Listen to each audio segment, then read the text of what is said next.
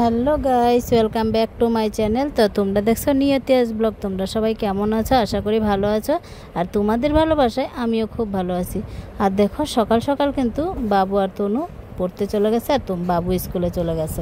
আর সকালবেলা উঠিয়ে বাবুকে রেডি করে টিফিন রেডি করে একবারে স্কুলে পাঠিয়ে দিচ্ছি। আর তারপরে কিন্তু আমি ভিডিও স্টার্ট করেছি।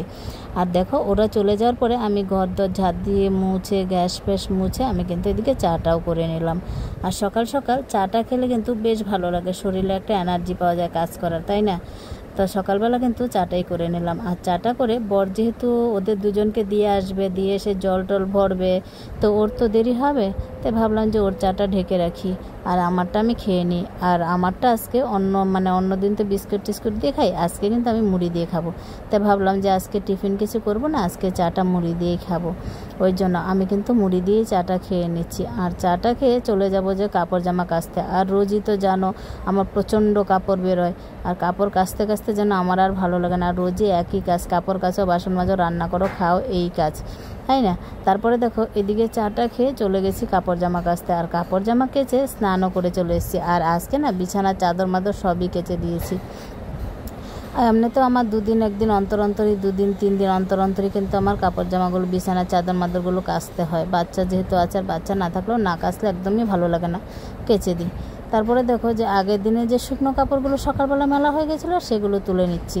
আর সেগুলো তুলে ভিজা কাপড়টা মেলে দেবো। আর বালাপুষটাও কিন্তু একটু রোদে দিয়ে দিয়েছি, বালাপুষটাও একটু রোদে শুকিয়ে যাবে, ওই জন্য রোদে দিয়ে দিয়েছি। আর দিয়ে এদিকে দেখো আজকে তো শনিবার, ভাবলাম যে ভাদ্র মাসে কিন্তু শনি মঙ্গলবারে অবশ্যই নতুন কাপড় জামা রোদে দিতে হয়। তো আজকে ভাবলাম রোদটা বেশ ভালো উঠেছে, তাই আলমারি থেকে কাপড়গুলো বের করে রোদে দেব।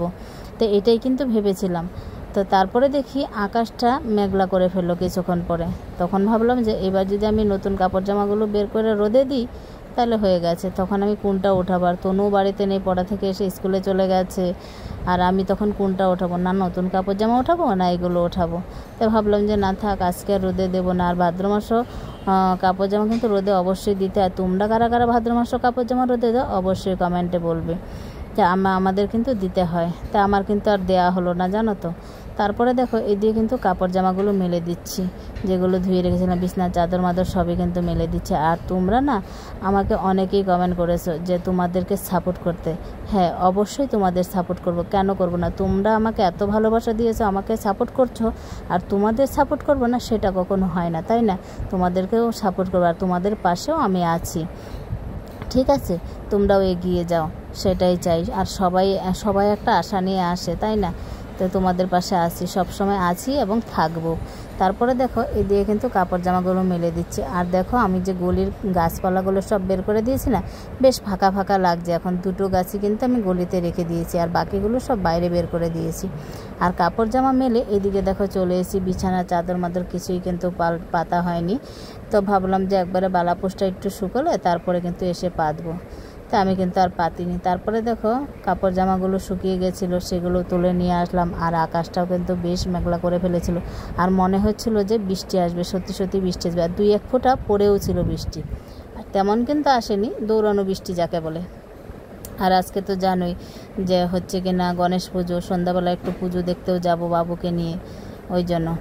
তারপরে দেখো এই দিয়ে কিন্তু কাপড় জামাগুলো আমি ভাঁজ করে নিচ্ছি। আর সংসারের সমস্ত কাজকর্ম গুছিয়ে এক জায়গায় বেরোলে তখন দেখবে মনটা বেশ ভালো লাগে। আর কাজকর্ম ফেলে রেখে তখন কিন্তু বেরোলে একদমই ভালো লাগে না, আর মনটা তখন বাড়িতে পড়ে থাকে যে বাড়িতে গিয়ে আমাকে এটা করতে হবে সেটা করতে হবে, একটা টেনশন থাকে। আর কাজকর্ম সব গুছিয়ে গাছিয়ে বেরোলে না তখন দেখবে একদম টেনশন থাকে না, ফ্রিভাবে ঘুরে আসা যায়।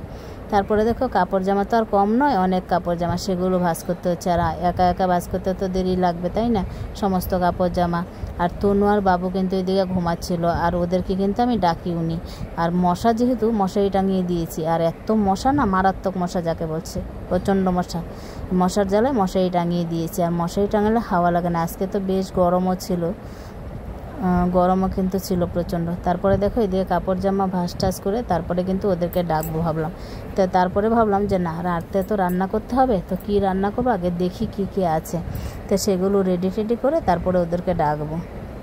তা আমি কিন্তু এদিকে রাতের রান্নাটাও রেডি করছি। দেখলাম যে না 2-4টে মূলো রয়েছে, অর্ধেকটা বেগুন রয়েছে, আর একটা আলু একটা টমেটো দিয়ে একটা চচ্চড়ির মতো করে ফেলি। অনেক ভেবে কিন্তু এটাই বানালাম তারপরে লাস্টে। তো এগুলো কিন্তু লম্বা লম্বা করে আমি কেটে নিচ্ছি। আর কেটে বেগুন, আলু, তারপরে কি করেছি বলতো, দুটো সজনা ডাঁটাও দিয়ে দিয়েছি। আর দিয়ে সেটা দিয়ে চচ্চড়ি করেছি। আর খেতে কিন্তু বেশ হয়েছিল চচ্চড়িটা, জানো তো। ফোড়নে কিন্তু আমি কিছুই দেইনি, এমনি একটু জিরের গুঁড়ো, একটু লঙ্কার গুঁড়ো, একটু ধনের গুঁড়ো দিয়ে চচ্চড়িটা বানিয়েছি। আর বেশ ভালো লাগে। আর এই চচ্চড়িটায় ধনে পাতা দিলে কিন্তু দারুণই ভালো লাগছে। তো আমার তো ধনে পাতা ছিল না, আমি আর দিতে পারিনি। আর তারপরে দেখো এই যে দেখতেই পাচ্ছ লম্বা লম্বা করে কেটে নিচ্ছি। আর ভাবলাম যে কেটে টেটে তারপরে একবারে রান্নাটা করে তারপরে যাব আমি।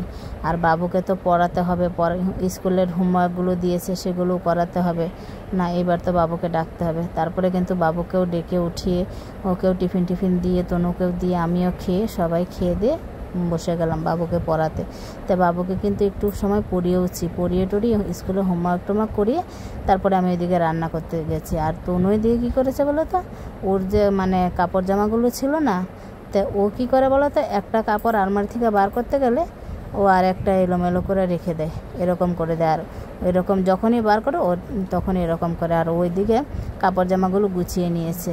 আর গুছিয়ে নেওয়ার পরে আমি কিন্তু আবার এদিকে বিছানাটাও গুছিয়ে নিচ্ছি। আর বিছানার চাদরটা তো পাতা হয়নি, বিছানার চাদরটা না পাতলে তো একদম ভালো লাগবে না, তাই না। তো ভাবলাম যে বিছানার চাদর পেতে। আর আমি কিন্তু ওইদিকে রান্নাও বসিয়ে দিয়েছিলাম, জানো তো। রান্না বসিয়ে তারপরে কিন্তু আমি বিছানার চাদরটা পাততে এসেছি। আর বিছানার চাদরটা টান করে না পাতা থাকলে না একদমই ভালো লাগে না। আর দেখতেই পাচ্ছ বালিশগুলো সব বাইরে এলোমেলো হয়েছিল, তো ওইগুলো এনে টান করে গুছিয়ে টুছিয়ে রাখতে হবে। আর বিছানার চাদরটা পেতে আমি টান করে কিন্তু ঝেড়ে নিচ্ছি। আর বাবু কিন্তু তখন বিছানাতেই ছিল, কি আর করবে, ও বিছানাতেই খেলে, জায়গা তো আর নেই।